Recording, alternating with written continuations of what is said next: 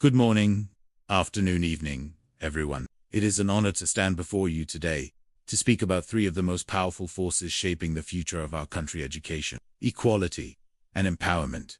These are not just buzzwords, they are the pillars upon which we must build a stronger, smarter, and more compassionate America. These three ideals are not only interconnected: the power of education.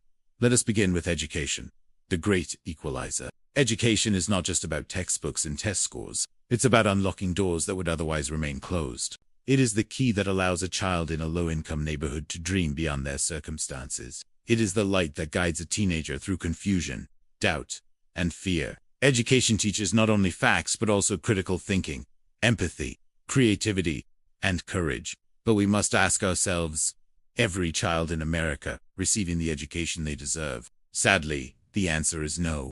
There are schools in wealthy zip codes with state-of-the-art technology, updated textbooks, and extracurricular programs for days. And then, there are schools just a few miles away with leaking ceilings, outdated computers, and teachers forced to buy their own supplies. This disparity is not just unfair, it is un-American. Every child, regardless of their background, deserves a fair shot at learning, growing, and thriving. Investing in education is not just an investment in the child, it's an investment in our future.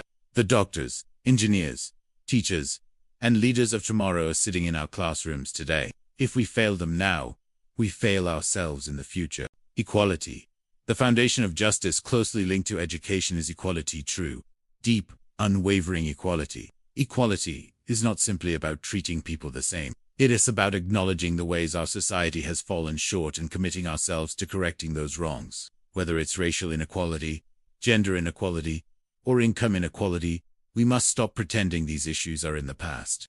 They are here, they are now, and they demand our attention. Equality in education, employment, healthcare, and the justice system isn't a luxury, it's a necessity. It's what America was supposed to stand for from the very beginning. When we say liberty and justice for all, we must mean all, not just those born into privilege, not just those who look a certain way or speak a certain language. We must teach our children that diversity is not a problem to be solved, it is a strength to be celebrated. When students of all backgrounds learn side by side, they become better citizens. When women are given the same opportunities as men, our economy grows stronger. When marginalized communities are heard and respected, our democracy thrives. True equality doesn't mean lifting everyone to the same level, it means ensuring everyone starts with the same chance to succeed. Empowerment, igniting potential. And then comes empowerment, the fuel that drives action, courage, and innovation. Empowerment means giving people the tools and confidence to believe in themselves. It means removing barriers so they can stand up, speak out, and rise up. A child who is empowered will not only dream of becoming a scientist, they'll believe they can become one. A young woman who is empowered won't just apply to college, she'll believe she belongs there. A person from an underrepresented community won't just get a seat at the table, they'll lead the meeting. Empowerment begins with us. It begins in how we talk to our children, how we support our schools, and how we challenge the systems that tell people they are less than. It is not just about charity, it is about justice. It is not about handing someone a fish, it is about teaching them to fish and then giving them access to the lake, fueling the next generation. So, what does it mean to fuel the next generation? It means recognizing that every child, every teenager, every young adult is filled with untapped potential. Our job is not to mold them into what we want them to be. Our job is to ignite what already lives inside them. But they cannot be expected to thrive without support. We must fund schools equitably. We must listen to the voices of young people.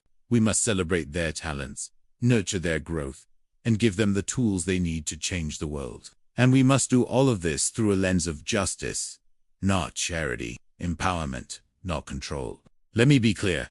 Empowering the next generation does not mean handing them everything on a silver platter. It means giving them a real chance to earn, to grow, and to lead. It means mentoring, not micromanaging. It means standing beside them, not in front of them. It also means teaching them that their voice matters. In classrooms, in boardrooms, in city halls, and on ballots, their voice must be heard. The youth of America are not just the leaders of tomorrow, they are already leaders today. A call to action. So, here is my call to action for all of us. To educators, Continue to light the fire of curiosity and compassion in your students. Your work is nation building. To parents and caregivers, encourage your children not only to ask questions, but to challenge injustice wherever they see it. To policymakers, make education a national priority, not just a campaign slogan. To community leaders, reach into neighborhoods that have been overlooked for too long and show up consistently and with humility. To young people, know this: you are seen, you are valued, and you are powerful beyond measure.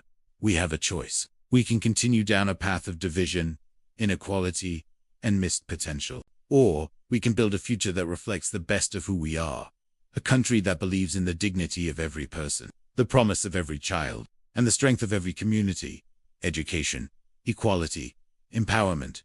These are not ideals for some far-off future. These are the building blocks we must use today, brick by brick, heart by heart, to fuel the next generation. Thank you, and let's get to work.